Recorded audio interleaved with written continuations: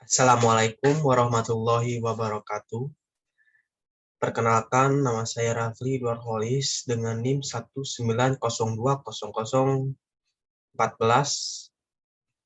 kelas FS 19A.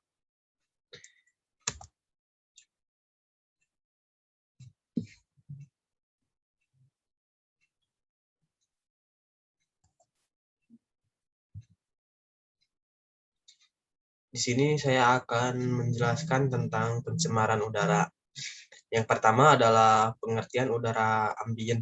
Udara ambien diartikan sebagai udara bebas di permukaan bumi pada lapisan troposfer yang dibutuhkan dan mempengaruhi kesehatan manusia, makhluk hidup, dan unsur lingkungan hidup lainnya.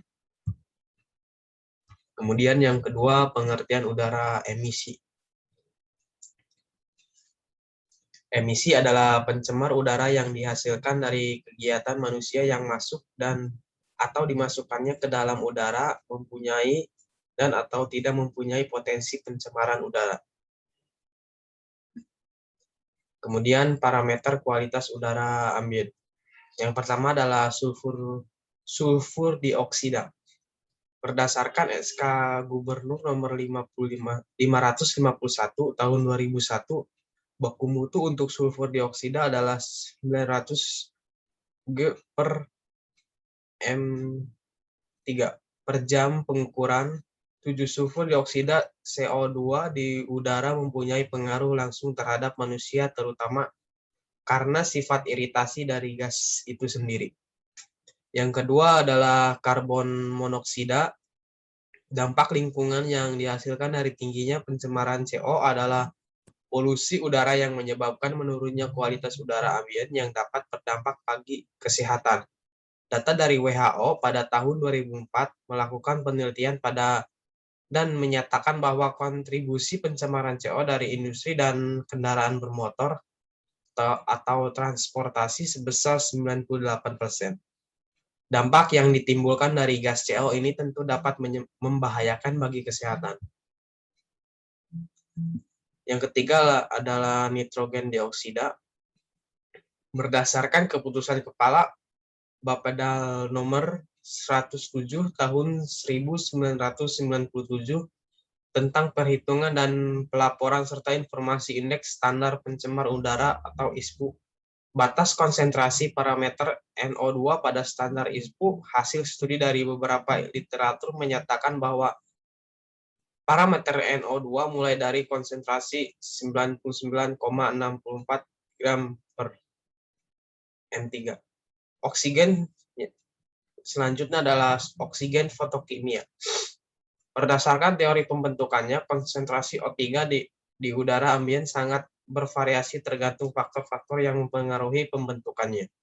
Antara lain intensitas radiasi ultraviolet yang dipancarkan matahari dan temperatur permukaan. Kemudian hidrokarbon non-metana. Hidrokarbon merupakan salah satu parameter penentu tercemar atau tidaknya udara suatu daerah.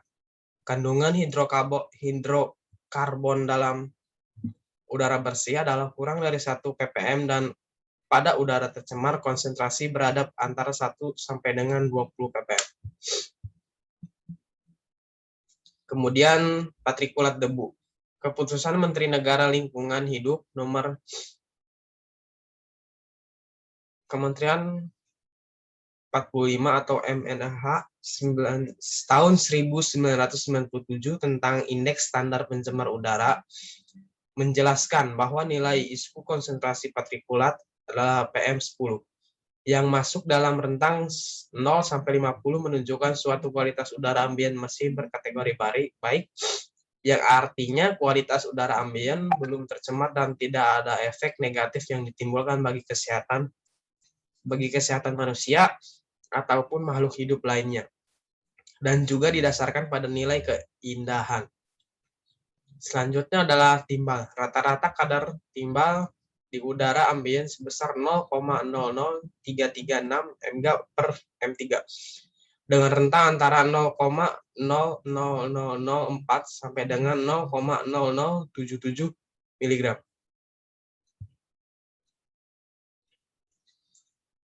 Kemudian pengertiannya dari sulfur dioksida mempunyai karakteristik bau yang tajam dan tidak mudah terbakar di udara. Karbon monoksida atau CO adalah gas yang tidak berbau, tidak berasa, dan juga tidak berwarna. Nitrogen monoksida merupakan gas yang tidak berwarna dan tidak berbau. Oksigen fotokimia. Ozon merupakan oksidator kuat yang berbau tajam dan merupakan bentuk tidak stabil dari oksigen yang terdiri dari 3 atom. Kemudian hidrokarbon non-metana. Hidrokarbon merupakan salah satu parameter penentu tercemar atau tidaknya udara.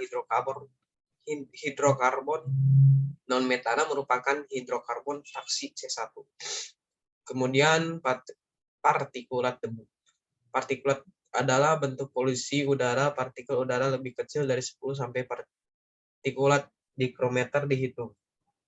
Kemudian yang terakhir timbal. Timbal adalah salah satu unsur golongan IFA yang merupakan unsur logam berwarna abu-abu kebiruan. Mempunyai kerapatan yang tinggi, mempunyai massa atom 207,2, nomor atom 82 dengan titik ebur 600,65 derajat Kelvin dan titik didih 2023 derajat Kelvin.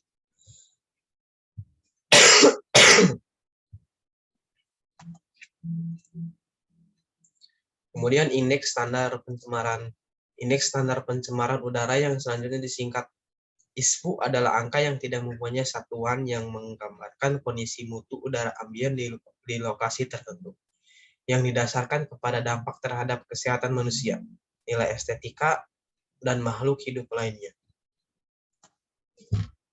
Kemudian rentang indeks standar pencemar udara. Kategorinya baik, rentang 1-50, penjelasannya tingkat kualitas udara yang tidak memberikan efek bagi kesehatan manusia atau hewan dan tidak berpengaruh pada tumbuhan, bangunan, atau nilai estetika. Kemudian kategori sedang, rentangnya ada 51 sampai dengan 100, tingkat kualitas udara yang tidak berpengaruh pada manusia ataupun hewan, tetapi berpengaruh kepada tumbuhan yang sensitif dan nilai estetika. Kategori tidak sehat, rentangnya 101 sampai dengan 199. Tingkat kualitas udara yang merugikan pada manusia ataupun kelompok hewan yang sensitif atau bisa menimbulkan kerusakan pada tumbuhan ataupun nilai estetika. Kategori sangat tidak sehat. Rentangnya adalah 200 sampai dengan 299. Tingkat kualitas udara yang dapat merugikan kesehatan pada sejumlah segmen populasi yang terpapar. Kemudian kategori berbahaya, rentangnya 300 lebih. Tingkat kualitas udara berbahaya yang secara umum dapat merugikan kesehatan yang serius. Kemudian dampak dari pencemaran udara. Dampak pencemaran udara dari asap kendaraan, asap pabrik, asap rokok, dan lain-lain bisa memicu terjadinya gangguan pernapasan, seperti asma, ispa, dan kanker paru-paru. Selain itu, pencemaran udara juga bisa berakhir pada berkurangnya kadar oksigen di dalam tubuh manusia.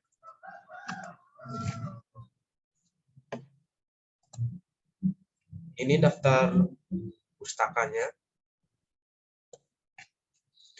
Mungkin cukup sekian presentasi dari saya, kurang lebihnya mohon maaf.